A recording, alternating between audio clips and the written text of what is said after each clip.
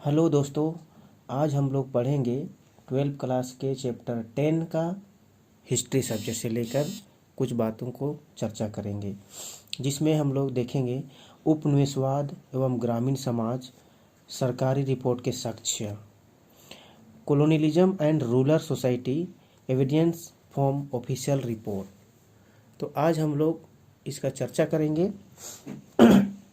तो सबसे पहले हम लोग देखेंगे उपनिवेशवाद। तो उपनिवेशवाद क्या है?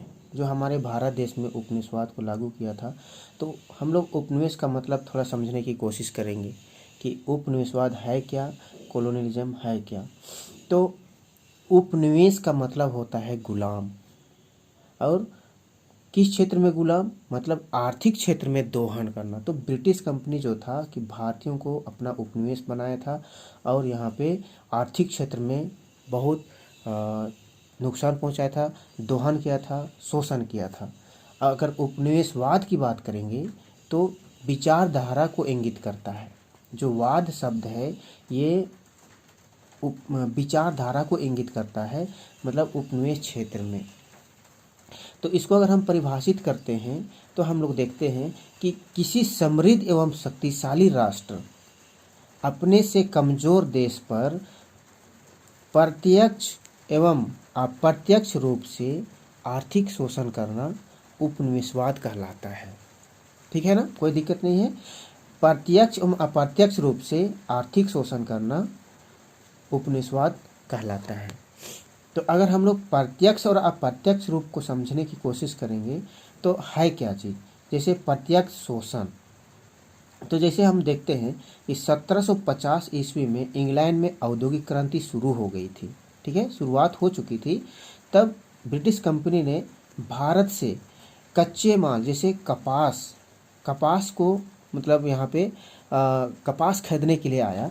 तब उन्होंने देखा कि यहाँ भारत में ये सारा चीज़ प्रचुर मात्रा में मिलते हैं। तो उन्होंने क्या किया, स्टार्टिंग में यहाँ के किसानों को कहा कि कपास की खेती करो, इसमें ज़्यादा मुनाफा है। तो उन्होंने यहाँ के कुछ किसानों को यहाँ पे कपास की खेती करने के लिए प्रेरणा दिया। तो यहाँ जो कपास की खेती किया यहाँ के किसान लोग, तो उसको स्टार्टिंग में काफ़ी मुनाफा दिया, है ना। यहाँ से किसानों से जब ये कच्चे माल खरीदा कपास, तो उन्होंने काफ़ी मुनाफा दिया। तो जब ज़्यादा मुनाफा देने लगा, तब यहाँ के किसानों ने सोचा कि कपास में हम लोग को काफ़ी फ़ायदा हो रहा है, बहुत ज़्यादा लाभ हो रहा है।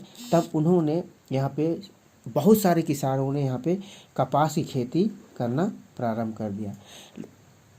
लेकिन जब यहाँ पे सारे किसान लोग कपास की खेती करने लगे, तब अंग्रेज़ों ने सोचा कि क्यों ना हम कुछ ऐसे तरकीब निकालें कि हमको कपास सस्ते दाम पे मिल सके।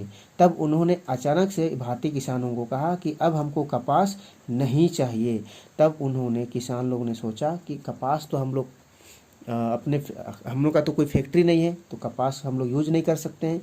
तब उन्होंने ब्रिटिश कंपनी को बोला कि जो भी आप देना चाहते हैं आप दीजिए और कपास को ले जाइए। तब इन्होंने कम दाम पर कपास को खरीद लिया और ब्रिटेन ले गया। मतलब ये डायरेक्ट रूप से, ये प्रत्यक्ष रूप से आर्थिक शोषण किया। यही है प्रत्यक्ष शोषण। अगर हम लोग अप्रत्यक्ष शोषण की बात करते हैं तो हम लोग ये निष्कर्ष पर पहुंचते हैं कि जब ये कच्चे माल को, मतलब कपास को, ये लोग कम दाम में यहाँ से खरीद के ले जाते हैं और अपने देश में लेकर वो इंग्लैंड में, मतलब उसको तैयार करते हैं। जैसे तैयार करते हैं, मान लिया एक केजी कपास में, मान लिया 5 कपड़ा बनता है, 5 शर्ट बनता है। तो पर शर्ट का दाम अगर मान लिया 500 रुपया रखा गया है, तो 1 केजी में 5 कपड़ा बनता है, तो 2500 रुपया उनको लाभ हो रहा है। तो उन्होंने क्या किया कि ये कच्चे माल को तैयार करके उन्होंने भारत में वापस, भारतीय बाज़ार में वापस उसको लाया और यहाँ पे उस कपड़े को दोगुना दामों पर बेचना शुरू किया। तो इससे उनको काफ़ी लाभ हुआ। तो यहाँ पे अप्रत्यक्ष रूप से शोषण किया। सस्ते दाम में कपड़ा को लिया, सस्ते दाम में कपास लिया, ये डायरेक्ट शोषण हो गया। और यहाँ पे वही सस्ते दाम में जो कपास को लिया था उसको तैयार करके फिर से भारतीय बाजार में लाया और उसको दोगुना दामों पर भारतीय बाजार में बेचा। ये है अप्रत्यक्ष शोषण। तो कहा जाए कि प्रत्यक्ष और अप्रत्यक्ष रूप से जो आर्थिक शोषण किया ब्रिटेन की कंपनी भारतीयों को, यही है उपनिवेशवाद।